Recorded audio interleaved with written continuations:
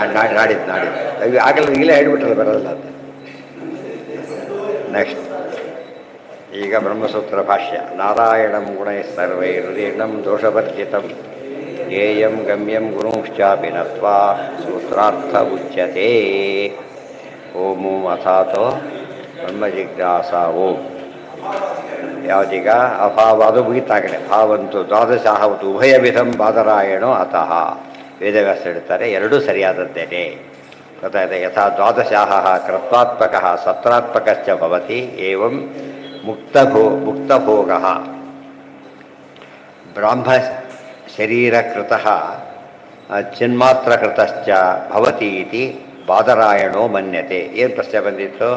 ಮುಕ್ತರಿಗೆ ಭೋಗ ಬಾಹ್ಯಭೋಗನೋ ಸ್ವರೂಪ ಭೋಗನೋ ಅಂತ ಪ್ರಶ್ನೆ. ಬಾಹ್ಯಭೋಗ ಅಂದ್ರೇನು? ಇನ್ನೊಬ್ಬರ ಮೇಲೆ ಡಿಪೆಂಡಾಗಿನ ಭೋಗ ಅನುಭವಿಸ್ತೇವೋ ನಮ್ಮಿಂದ ನಾವೇ ಅನುಭವಿಸ್ತೀವಿ ಅಂದರೆ ಎರಡೂ ಇದೆ. ಒಬ್ಬರು ಏನು ಹೇಳಿದರು? ಬರೀ ಬಾಹ್ಯಭೋಗಗಳು ಮಾತ್ರ ಅಂತ ಹೇಳಿದರು. ಕೆಲವರು ಏನು ಹೇಳಿದರು? ಸ್ವರೂಪ ಭೋಗ ಅಂತ. ಎರಡೂ ಸರಿ ಅಂತೇಳಿದರು. ಎರಡೂ ಇದೆ. ಕೆಲವೊಮ್ಮೆ ಇದಾಗ್ಬೋದು, ಕೆಲವದಾಗ್ಬೋದು, ಸಮಸ್ಯೆ ಇಲ್ಲ. ದೃಷ್ಟಾಂತ ಕೊಟ್ಟರು. ಒಂದು ಕ್ರತು ಅಂತಿದೆ, ಇದು ಸತ್ರ ಅಂತಿದೆ. ಅದು ಎರಡೂ ಆಗ್ಬೋದು. ದ್ವಾದಶಾಹ ಕ್ರತುನೂ ಇದೆ, ದ್ವಾದಶಾಹ ಸತ್ರನೂ ಇದೆ. ಒಬ್ಬನೇ ಮಾಡಿದರೆ ಕ್ರತು, ತುಂಬ ಜನ ಸೇರಿ ಮಾಡಿದರೆ ಸತ್ರ. ಜ್ಞಾನಸತ್ರ ಅಂದರೆ ಒಬ್ಬರೇ ಪ್ರವಚನ ಇದ್ದಾಗ ಜ್ಞಾನಸತ್ರ ಅಂತ ಕರೆಯೋದಿಲ್ಲ. ಗೊತ್ತಾಯ್ತಾ? ಕನಿಷ್ಠ ಇನ್ನೊಬ್ರು ಜಾಸ್ತಿ ಇರಬೇಕು ಮಿನಿಮಮ್. ಆಗ ಜ್ಞಾನಸತ್ರ ಆಗಿಬಿಡೋದು. ಬಹುಕರ್ತೃಕವಾದ ಆಗನ ಸತ್ರ ಅಂತಾರೆ. ಏಕಕರ್ತೃಕವಾದಾಗ ಬರೀ ಕೃತು ಅಂತ ಎರಡೂ ಇರ್ಬೋದು. ಆ ರೀತಿಯಲ್ಲಿ ಕೆಲವೊಮ್ಮೆ ಬಾಹ್ಯೇಂದ್ರಿಯದ ಭೋಗನೂ ಇರ್ಬೋದು. ಬಾಹ್ಯೇಂದ್ರಿಯ ಅಂದರೆ ಹಾಗಲ್ಲ, ಬೇರೆಯವರು ಕೊಡ್ತಾರ ಅಂತ ತೊಗೊಂಡು ಕೆಲವನ್ನ ತನ್ನ ಇಂದ್ರಿಯಗಳಿಂದಲೇ ಮಾಡಬಹುದು. ಸಾಹಿತ್ಯ ಮುಕ್ತಿಯಲ್ಲಿ ಎರಡೂ ಇದೆ. ಅದು ಸಾಷ್ಟಿಯಲ್ಲಂತೂ ಟೋಟಲಿ ಎಲ್ಲ ಇದೆ. ಹೇಳಿಲ್ಲ. ಈಗ ಇನ್ನೊಬ್ಬರು ಕೈ ಹಿಡಿದು ಎಬ್ಸೋದು ಬೇರೆ, ತಾನೇ ಹೇಳೋದು ಬೇರೆ. ಇನ್ನೊಬ್ಬರು ಕೈ ಹಿಡಿದಿಟ್ರೆ ಎಕ್ಸ್ಟ್ರಲ್ ಏಡು ತೊಗೊಂಡಾಗಾಯ್ತು, ತಾನೇ ಎದ್ದಾದರೆ ತೊಗೊಳ್ಳಿ. ಸೊ ಆ ರೀತಿ ಕೆಲವನ್ನೆಲ್ಲ ಇನ್ನೊಬ್ಬರ ಸಹಾಯದಿಂದ, ಕೆಲವು ಮೇಲೆ ಹತ್ಬೇಕಾದ್ರೆ ಒಬ್ಬರೇ ಹತ್ತು ನಿಂತ್ಕೊಂಡು ಮಾಡ್ತಾರಲ್ಲ ಹಾಗೆ. ಅದು ಸ್ಟೂಡಿಯೋಲ್ಲಿಲ್ದವರು ಒಬ್ಬರು ಯಾರೇ ನಿಂತ್ಕೊಂಡ್ಬಿಡ್ತಾರೆ. ಹಾಗೆ ತಾನೇ ಕೈ ಚಾಚಿಬಿಡ್ತಾರೆ. ಅವ ಸ್ವರೂಪ ಆಯಿತು. ತಾನೇ ಕೈ ಚಾಚಿ ತೊಗೊಂಡ್ರೆ ಸಮಸ್ಯೆ ಇಲ್ಲ. ತಾನು ನಿರುಗ್ನ ಹೋದಾಗ ಏನು ಮಾಡ್ತಾನೆ? ಇಬ್ಬರ ಮೇಲೆ ಹತ್ತಿರೋ ಅವ್ರನ್ನ ಹಚ್ಚಿರೋ ಏನೋ ಮಾಡ್ತಾನೆ. ಅದು ಇದ್ದಾಗ ಅದು ಎರಡೂ ಇದೆ. ಆಯಾ ಸಮಯದಲ್ಲಿ ತಕ್ಕಂತೆ ಮಾಡ್ತಾರೆ. ಆದ್ದರಿಂದ ಇಬ್ಬರು ಸರಿ ಹೇಳಿದ್ದಾರೆ ಅಂತ ಹೇಳಿ. ಅವು ಒಂದೊಂದು ಆ್ಯಂಗಲಲ್ಲಿ ಹೇಳಿದ್ರು, ಇನ್ನೊಂದು ಅವ್ರು ಮಾತ್ರ ಸೇರಿಸಲಿಲ್ಲ. ಆದ್ದರಿಂದ ಎರಡೂ ಸರಿ.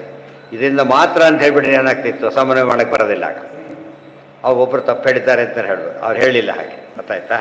ಇದರಿಂದ ಆಗುತ್ತೆ, ಇದರಿಂದ ಆಗುತ್ತೆ ಅಂತ ಅಷ್ಟೇ ಹೇಳಿಬಿಡಿ. ಎರಡೂ ಆಗುತ್ತೆ ಅವರು ಉತ್ತರ ಅಂತ. ಓಂ ತನ್ವ ಭಾವೇ ಸಂಧ್ಯಾ ಎರಡು ಕಡೆಯಿಂದ ರೋಡ್ ಹೋಗ್ತೀರಿ, ಈ ಕಡೆ ಹೋಗ್ತೀರಿ, ಆ ಕಡೆ ಹೋಗ್ತೀರಿ ಅಂತ ಹೇಳ್ಬಿಟ್ಟು ಸಮಸ್ಯೆ ಇಲ್ಲ. ಗೊತ್ತಾಯ್ತು? ಇದರಿಂದ ಮಾತ್ರ ಹೋಗ್ತೀರಿ ಅಂದರೆ ಆ ಕಡೆ ಹೋದವರಿಗೆ ಪ್ರಾಬ್ಲಮ್ ಬರುತ್ತೆ. ಅದಿಲ್ಲ, ನಿಶ್ಚಿಂತೆಯಾಗಿರ್ಬೋದು. ಅದು ಸಮನ್ವಯ ಅಂದರೆ ಹಾಗೆ.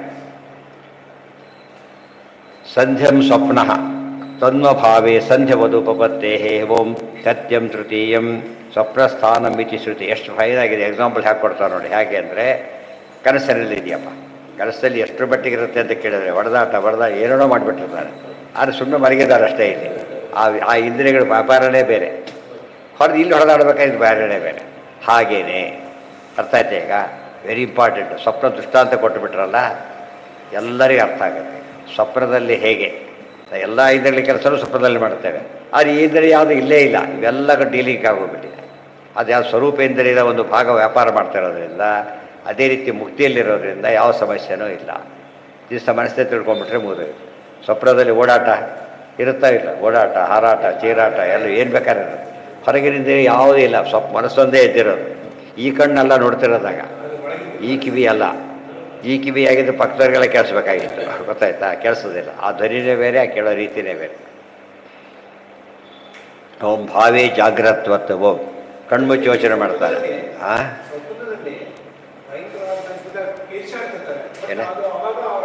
ಅದು ಬೇರೆ. ಆಕೆ ಅಲ್ಲ, ಬಾಯಿ ಮಾತ್ರ ಕಿರ್ಚಿಕೊಳುತ್ತೆ ಹೊರತು ಉಳಿದಲ್ಲ, ಉಳಿದಿಂದ್ರಿ ಅಲ್ಲ. ನೋಡಿದ್ದೆಲ್ಲ ಆ ಕಣ್ಣಿಂದ, ನೋಡಿದ್ದೆಲ್ಲ ಒಳಗಿನ ಕಣ್ಣು. ಕಿರ್ಚಿಕೊಂಡಿದ್ದು ಕೂಡ ಹೌದು. ಎರಡು ಸಿಂಕ್ರನೈಸ್ ಆಯಿತು. ಸಿಂಕ್ರನೈಸ್ ಬರೀ ಅದರಿಂದ ಕೂಗಿಲ್ಲ. ಉಳಿದು ಸಿಂಕ್ರನೈಸ್ ಡೀಲಿಂಕ್ ಆಗಿಬಿಟ್ಟಿದೆ. ಅಷ್ಟೊತ್ತಿಗೆ ಎಚ್ಚರ ಆಗುತ್ತೆ ಕೂಡ, ಸರಿಯಾಗಿ ಎಚ್ಚರಣೆ ಆಗಿಬಿಡೋದು. ಓಂ ತನ್ವಭಾವೇ ಸಂಧ್ಯವದು. ಸಂಧ್ಯಾ ಅನ್ನೋ ಪದ ಎಲ್ಲಿ ಬಂದಿತ್ತು? ಸಂಧ್ಯಾದಿ ಕಡದಲ್ಲಿ ಬಂದಿತ್ತು. ಏನಂತ ಬಂದಿತ್ತು? ಏನಂತ? ಸಂಧೇ ಸೃಷ್ಟಿರಾಹಿ ಅಂತ ಬಂದಿತ್ತು. ನೆನ್ಪಿಟ್ಕೊಂಡಿರ್ಬೇಕು. ಒಂದು ಎರಡು ಸತ್ ಎಷ್ಟು ಒಂದು ಪದ ಎಷ್ಟು ರಿಪೀಟ್ ಆಗಿದೆ ಅಂತ ಕೇಳಿದರೆ ಹೇಳಕ್ಕೆ ಬಂದರೆ ಎರಡು ಜ್ಞಾಪಕ ಇರುತ್ತೆ. ಬರೀ ಪದ ಜ್ಞಾಪಕ ಇರೋದಿಲ್ಲ, ಕಂಪ್ಲೀಟ್ ಇದೆ ಜ್ಞಾಪಕ ಇರೋದು. ಆ ರೀತಿ ಅಭ್ಯಾಸ ಮಾಡಬೇಕು. ಅದು ಮನದ ರೀತಿ ಅದು. ಮನನ ಅಂದರೆ ಅವ್ರು ನೆನ್ಪಿಟ್ಕೊಳ್ಳೋಕೆ ಅವರದೇ ಒಂದು ಮೆಥಡ್ ಇಟ್ಕೊಂಡಿರ್ತಾರೆ. ಆ ಮೆಥಡ್ ಪ್ರಕಾರ ಕರೆಕ್ಟಾಗಿ ಮಾಡ್ತಿರ್ತಾರೆ. ಮೌನ ಭಾವೇ ಜಾಗ್ರದ್ವತ್ ಓಂ ಬ್ರಹ್ಮ ವಿವರ್ತೆ. ಇನ್ನು ಸ್ವಪ್ನದ ಕೇಸೆಲ್ಲ ಕೂಡ ಎಂಥದ್ದು ಅಂದರೆ ಸ್ವರೂಪೇಂದ್ರಗಳಿಂದ ಮಾಡೋದು. ದೃಷ್ಟಾಂತ ಅದು ಪೂರ್ತಿ 100% ಅಲ್ಲ, ಬಟ್ ಒಂದು ಇದಕ್ಕಿಂತ ಡಿಫರೆಂಟ್ ಎಂಬುದು ಅರ್ಥ ಆಗುತ್ತೆ. ಅದು ಇಲ್ಲಿ ಮಾತ್ರ ಏನಾಗುತ್ತೆ, ಹೊರಗಿನ ಕ್ಲಿಯರಾಗಿ ಗೊತ್ತಾಗುತ್ತೆ. ಸೊ ಹೊರಗಿನಲ್ಲಿ ವ್ಯಾಪಾರದಲ್ಲಿ ಹೇಗೆ ಮಾಡ್ತೇವೋ ಹಾಗೆ ಹೇಳೋದು ಒಂದು ಕೇಸು ಇದೆ. ಒಳ್ಳೆ ಸ್ವಪ್ನದಲ್ಲಿ ಮಾಡೋ ಹಾಗೆ ಸ್ವರೂಪೇಂದ್ರ ಅದೂ ಇದೆ. ಅದರಿಂದ ಸಮಸ್ಯೆ ಬರಲೇ ಇಲ್ಲ ಅಂತ.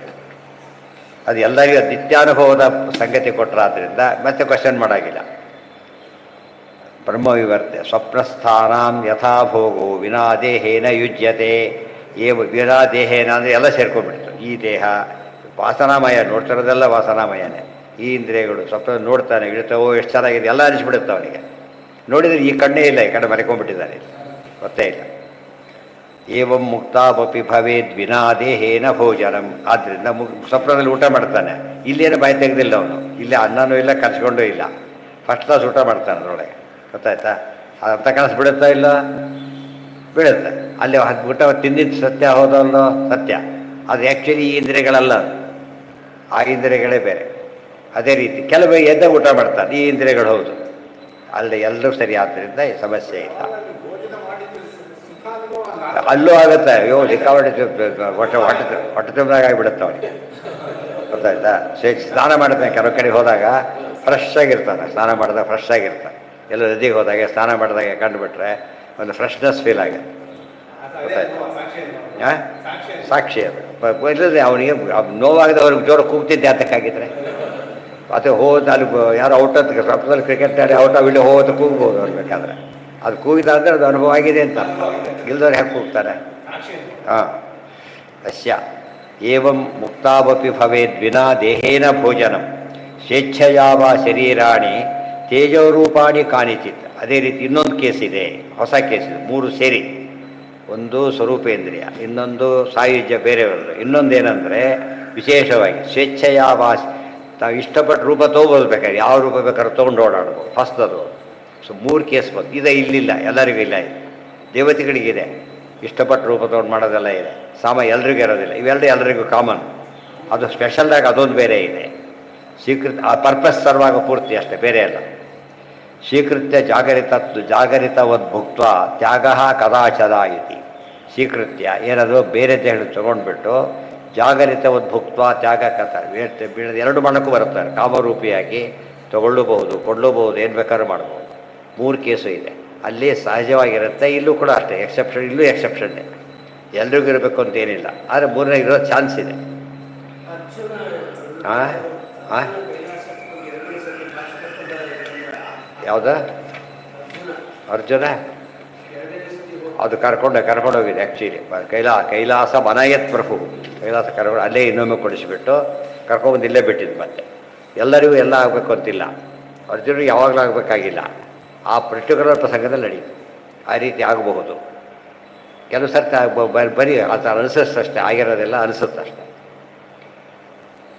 ಓಂ ಪ್ರದೀಪವತ್ ಆವೇಶ ತಥಾ ದರ್ಶಯತಿ. ಓಂ ಶರೀರ ಮುಂದೆ ಶರೀರಂ ಅನುಪ್ರವಿಶ್ಯಾಪಿ ತತ್ ಪ್ರಕಾಶಯಂತಹ ಪುಣ್ಯಾನೇವ ಭೋಗಾನ್ ಅನುಭವಂತಿ ನತು ದುಃಖಾದಿ. ಮತ್ತೊಂದು ಪ್ರಶ್ನೆ ಬಂತು, ಹಾಗಿದ್ದರೆ ಅಲ್ಲೂ ಕೂಡ ದುಃಖಾದಿಗಳು ಬರಬಹುದು ಅಂತ ಅದು ಬರೋದಿಲ್ಲ.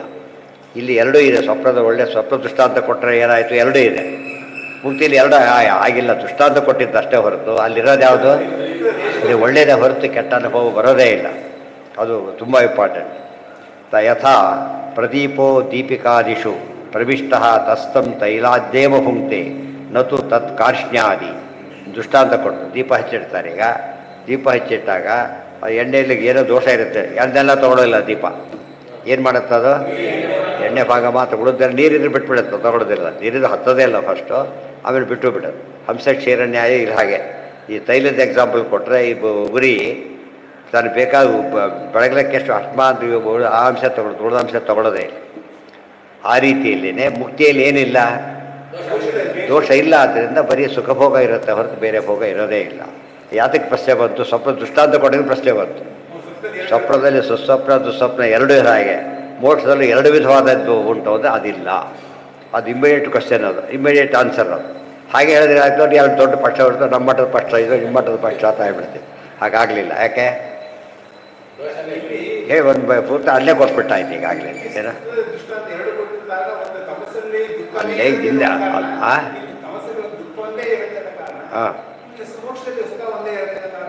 ಅವ್ರಿಗೆ ಕೊಡಬೇಕು, ಅದು ತಪ್ಪೇನಲ್ಲ. ಯಾಕೆಂದರೆ ತಮಯೋಗಿರಿದ್ದಾನಲ್ಲ, ಬರೀ ದುಸ್ವಪ್ನಗಳೇ ಬಿದ್ದರೆ ಹಾಗೆ ಮಾರೀಚೇರಿ ಒಳ್ಳೆ ಸ್ವಪ್ನನೇ ಬಿಡ್ತಿದ್ದಾರೆ. ರಾಮದೇವ್ರು ಹೊಡೆದಾಗ ಯಾವಾಗಲೂ ಕೂಡ ನಿದ್ರೆ ಮಾಡೋದು ಬಿಟ್ಬಿಟ್ಟಂತ ಕಣ್ಣು ವಿಚಾರಿತಾರೆ ಬಿಡೋದು ಅಂತ ಹೇಳ್ಬಿಟ್ಟು ಆ ಥರ. ಇಲ್ಲಿ ಹಾಗಲ್ಲ. ಮತ್ತು ಆ್ಯಕ್ಚುಲಿ ಮುಕ್ತಿಯಲ್ಲಿ ಸ್ವಪ್ನಾವಸ್ಥೆನೇ ಇಲ್ಲ. ಸರಿಯಾಗಿ ತಿಳ್ಕೊಬೇಕು, ಮುಕ್ತಿಯಲ್ಲಿ ಸ್ವಪ್ನಾವಸ್ಥೆನೇ ಇಲ್ಲ. ಆದ್ದರಿಂದ ಸ್ವಪ್ನಾವಸ್ಥೆನೇ ಇಲ್ಲ. ಎಕ್ಸಾಂಪಲ್ಗೆ ಇಲ್ಲಿ ಹೇಳೋದಕ್ಕೋಸ್ಕರ ದೃಷ್ಟಾಂತ ಕೊಟ್ಟರೆ ಹೊರತು ಅಲ್ಲಿ ಮೂರು ಸ್ಟೇಜ್ ನಮಗಿದೆ ಈಗ. ಇಲ್ಲಿ ಆ್ಯಕ್ಚುಯಲ್ ಭೋಗಾನುಭವ ಇದೆ, ಸ್ವಪ್ನದ ಭೋಗಾನುಭವ ಇದೆ, ವಿಶೇಷ ಕಾಮರೂಪದ ಸ್ಪೆಷಲ್ ಭೋಗಾನುಭವ ಮೂರಿದೆ ಈಗ. ಅದೇ ರೀತಿ ಹೇಗಿದೆಯೋ ಸ್ವಪ್ನದಲ್ಲೂ ಮೋಕ್ಷದಲ್ಲೂ ಹಾಗಿದೆ. ಮತ್ತು ಜಸ್ಟ್ ಎಕ್ಸಾಂಪಲ್ಲೇ ಹೊರತು ದುಃಖ ಭೋಗ ಒಬ್ಬಟ್ಟು ತೆಗೆದು ಹಾಕಿಬಿಡ್ಬೇಕು. ಗೊತ್ತಾಯ್ತಾ? ಅವೆಲ್ಲ ತೆಗೆದು ಹಾಕಿಬಿಟ್ರೆ ಸಮಸ್ಯೆ ಬರೋದೇ. ಯಾರಿಗೆ ಅಲ್ಲ ನಿದ್ರೆನೇ ಅಲ್ಲದ ಸ್ವಪ್ನ ಹೇಗೆ ಬರುತ್ತೆ? ನಿದ್ರೆ ಸ್ವಪ್ನ ಬೀಳ್ಬೇಕಾದ್ರೆ ಏನಾಗಬೇಕು? ಫಸ್ಟು ನಿದ್ರೆ ಶಬ್ದಕ್ಕೆ ಎರಡರ್ಥ. ನಮ್ಮ ಸಂಸ್ಕೃತದಲ್ಲಿ ಸ್ವಪ್ನ ಶಬ್ದಕ್ಕೆ ನಿದ್ರೆ ಅಂತನೂ ಅರ್ಥ, ಕನಸು ಅಂತನೂ ಅರ್ಥ. ಯಾಕೆ ಗೊತ್ತಾ? ನಾವು ಉಪಯೋಗಿಸ್ತೀವಿ ಅದನ್ನು. ಮಲಗಿದ್ದಾರೆ ಅಂತ ಏನೋ ಕನಸು ಕಾಣ್ತಾ ಇರ್ಬೋದು ಅವನು. ನಮ್ಗೆ ಕನಸು ಕಾಣ್ತಾರೆ ಅಂತ ಹೇಳೋ ಶಕ್ತಿ ನಮಗಿದೆಯಾ? ಇಲ್ಲ. ಕೂಗಿದಾಗ ಹೇಳ್ತಾರೆ ಅಷ್ಟೇ ಹೊರತು ಉಳಿದಂತೆ ಅವ್ನು ಕನಸು ಕಾಣ್ತಾ ಇರೋದು ನಮಗೆ ಗೊತ್ತಿಲ್ಲ. ನಮ್ಮ ಪ್ರಕಾರ ಮಲಗಿದ್ದಾನೆ ಅಷ್ಟೇ ಅವನು. ಗೊತ್ತಾಯ್ತಾ? ಕನಸು ಕಂಡ್ರು ಮಲಗಿದ್ದಾನೆ, ಎದುರು ಮಲಗಿದ್ದಾನೆ ಅಷ್ಟೇ. ಸಂಸ್ಕೃತದಲ್ಲಿ ಅದಕ್ಕೆ ಏನು ಮಾಡಿಬಿಟ್ರು? ಭಗವದ್ಗೀತೆಯಲ್ಲೇ ಬಂತು. ಏನು ಬಂತು ನೋಡಿ? ಯುಕ್ತ ಸ್ವಪ್ನಾವಬೋಧಶ್ಚ. ಗೊತ್ತಾಯ್ತಾ? ಯುಕ್ತಾಹಾರ ವಿಹಾರಸ್ಯ ಯುಕ್ತಚೇಷ್ಟಸ್ಯ ಕರ್ಮಸು ಯುಕ್ತ ಸ್ವಪ್ನಾವಬೋಧಸ್ಯ ಯೋಗೋ ಭವತಿ ದುಃಖ.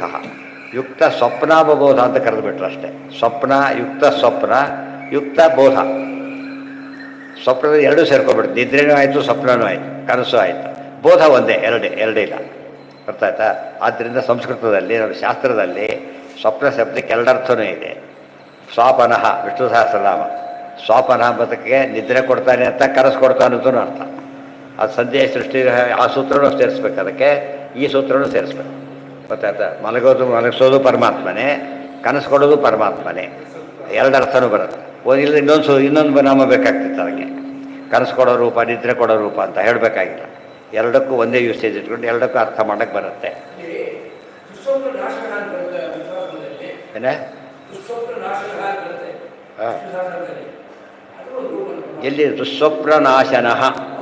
ದುಸ್ವಪ್ನ ಎರಡರ್ಥ. ದುಸ್ವಪ್ನ ಬೀಳದಂತೆ ಮಾಡ್ತಾನೆ, ದುಸ್ವಪ್ನ ಬಿದ್ದರೆ ಫಲ ಆಗದಂತೆ ಮಾಡ್ತಾನೆ. ಕೆಲವು ಪದಗಳಿಗೆ ಸೂಚಕತ್ವ ಇದೆ. ಗೊತ್ತಾಯ್ತು? ಈ ರೀತಿ ಆಗಿಬಿಟ್ರೆ ಇಷ್ಟು ದಿವಸ ಸಾಯ್ತಾನೆ, ಏನೋ ಒಂದು ಬರುತ್ತೆ. ಅದು ವಿಷ್ಣು ಸಹಸ್ರನಾಮ ಹೇಳಿದ್ರೆ ಏನಾಗುತ್ತೆ ಅವರಿಗೆ? ಆ ಕೆಲಸದ ಫಲ ಆಗೋದಿಲ್ಲ, ಅಷ್ಟಕ್ಕೆ ಮುಗಿದೋಯ್ತು ಅಷ್ಟೇ. ಹೌದು, ರೂಪದ ವಿಷ್ಣು ಸಹಸ್ರ ಯಾವುದೇ ಬಂದರೂ ಕೂಡ ಏನದು? ನಾಮನೂ ಹೌದು, ರೂಪನೂ ಹೌದು. ಅರ್ಥ ಮಾಡ್ಬೇಕಾದ್ರೆಲ್ಲ ನಾಮ ಪ್ರಧಾನವಾಗುತ್ತೆ, ಚಿಂತನೆ ಮಾಡಬೇಕಾದ್ರೆ ರೂಪ ಪ್ರಧಾನವಾಗುತ್ತೆ. ಹಾಂ ಹಾಂ ಮುಕ್ತರಿಗೆ ಸ್ವಪ್ನ ನಿದ್ರೆ ಯಾವಾಗಲೂ ಎಚ್ಚರನೇ. ಹಾಂ, ಅದಕ್ಕೆ ಸ್ವಪ್ನ ಹೇಳಬಾರ್ದು. ಮುಕ್ತಿಗೆ ಸ್ವಪ್ನ ಹೇಳಬಾರ್ದು, ಹೇಳೋದಿಲ್ಲ. ಮುಕ್ತಿಗೆ ಹೋದ್ಮೇಲೆ ಎಲ್ಲ ಅಲ್ಲಿ ಏನೇ ಹೇಳಿದ್ರು ಎಲ್ಲರೂ ಎದ್ದಿರ್ತಾರೆ, ಮಲಗಿದವ್ರು ಕಾಣಿಸೋದೇ ಇಲ್ಲ. ಅಲ್ಲಿ ಬೆಳಕಿನ ಪ್ರಶ್ನೆನೂ ಇಲ್ಲ. ಸೆಲ್ಫ್ ಲ್ಯುಮಿನೆಸೆಂಟ್ ಕಂಟ್ರಿ ದೇಶ ಆದ್ದರಿಂದ ಅದಕ್ಕೇನಿಲ್ಲ ಬೆಳಕನೆ. ನ ತತ್ರ ಸೂರ್ಯೋಭಾತಿ ನ ಶಶಾಂಕೋ ನ ಪಾವಕಃ. ಸೂರ್ಯಾಚೆ ಯಾರು ರೋಲೇ ಇಲ್ಲ ಅಲ್ಲಿ ಅನಂತ ಸೂರ್ಯರಿದ್ದಾರೆ ಮಧ್ಯೆಯಲ್ಲಿ, ಅನಂತ ಚಂದ್ರರಿದ್ದ ಮುಕ್ತರಾದವರಲ್ಲಿದ್ದಾರಲ್ಲ. ಆದರೂ ಕೂಡ ಅವ್ರ ಬೆಳಕು ಉಪಯೋಗಕ್ಕೆ ಬರೋಲ್ಲ ಇದಕ್ಕೆ. ಸೆಲ್ಫ್ ಲ್ಯುಮಿನೆಸ್ ಅವರು ಕೂಡ ತಮ್ಮ ಬೆಳಕಿದ್ರೆ ಉಪಯೋಗ ಮಾಡ್ಕೋಬೇಕು. ಬೇರೆ ಅದಕ್ಕೆ ಅಷ್ಟರ ಮಟ್ಟಿಗೆ ಅಲ್ಲಿ ಬೆಳಕು ತುಂಬಿರೋದು. ಕತ್ಲೆ ಹೆಸರೇ ಇಲ್ಲ. ತಮಸ್ ಆಪೋಸಿಟ್, ಅಲ್ಲಿ ಬರೀ ಕತ್ಲೆನೇ, ಏನಿಲ್ಲ, ಬೆಳಕಿರೋದೇ ಇಲ್ಲ. ಅವ್ರಿಗೆ ಒಳಗೂ ಕತ್ಲು, ಹೊರಗೂ ಕತ್ಲು. ಅವ್ರಿಗೆ ಕುರುಡನಿಗೆ ರಾತ್ರಿ ಇದ್ದಾಗ ಮೊದಲೇ ಕುರುಡ, ರಾತ್ರಿ ಬೇರೆ. ಹೋದ್ರೆ ಉಳಿದವರು ಕಾಣಲ್ಲ, ಉಳಿದವರಿಗೂ ಕೂಡ ಇವರು ಕಾಣೋದಿಲ್ಲ. ಹಾಗಾಗಿಬಿಡುತ್ತೆ ಎಷ್ಟೋ ಸಲ. ಹೌದು, ಚಿದಾನಂದ ಶರೀರ ಏನರ್ಥ? ಏನು? ಚಿತ್ ಅಂದರೆ ಆನಂದ, ಜ್ಞಾನಾನಂದಮಯ ಶರೀರ ಅಂತ ಅರ್ಥ. ಜ್ಞಾನಾನಂದಮಯ ಶರೀರ ಹೊಂದಿದವರಾಗಿರ್ತಾರೆ ಅಷ್ಟೆ. ಆಯ್ತಾ? ಈಗ ಅದರಿಂದ ಮುಂದೆ ಅಲ್ಲಿಗೆ ಆ ವಿಷಯ ಮುಗೀತು. ಸೊ ಇವೆಲ್ಲ ಸರಿ ಇದೆ. ಪ್ರದೀಪವ ದೃಷ್ಟಾಂತ ಕೊಟ್ಟುಬಿಟ್ಟು ಅವ್ರು ಹೇಳ್ತಾರೆ, ಆದ್ದರಿಂದ ಸಮಸ್ಯೆ ಇಲ್ಲ. ಅವ್ರಿಗೇನಿಲ್ಲ, ಶರೀರಂ ಅನುಪ್ರವಿಶ್ಯಾಪಿ ತತ್ ಪ್ರಕಾಶಯಂತಹ ಪುಣ್ಯಾನೇವ ಭೋಗಾನ್ ಅನುಭವಂತಿ ನತು ದುಃಖಾದಿ. ಅಲ್ಲಿ ಬರೀ ಪುಣ್ಯದ ಅನುಭವ ಹೊರತು ದುಃಖದ ಅನುಭವದ ಹೆಸರೇ ಇಲ್ಲ. ಅದು ಬೆಸ್ಟ್, ಎಲ್ಲ ಜೀರೋ ಆಗಿ ಹೋಗ್ಬಿಟ್ಟಿದೆ ಆಗಲೇ, ಸಮಸ್ಯೆ ಬರೋದಿಲ್ಲ. ಅಕೌಂಟೇ ಕ್ಲೋಸ್ ಆದಮೇಲೆ ನಿಮಗೆ ಅದು ಯಾವ ಎಫೆಕ್ಟೂ ಇಲ್ಲ. ಭುಂಕ್ತೆ ನತು ತತ್ ಕಾರ್ಷ್ಣ್ಯಾದಿ, ಅದು ಮುಗಿದ ಮೇಲೆ ಸ್ವಾಪ್ಯ ಸಂಪತ್ಯೋ ಅನ್ಯತರಂ ಅನ್ಯತರಾಪೇಕ್ಷಂ ಆವಿಷ್ಕೃತಂ ಹೀ. ಅದು ನಾಳೆ ಏನು ಮುಗಿತಾ ಬರ್ತಾ ಇದೆ, ಹತ್ತತ್ರ ಬರ್ತಾ ಇದೆ ಅಷ್ಟೇ. ಓಂ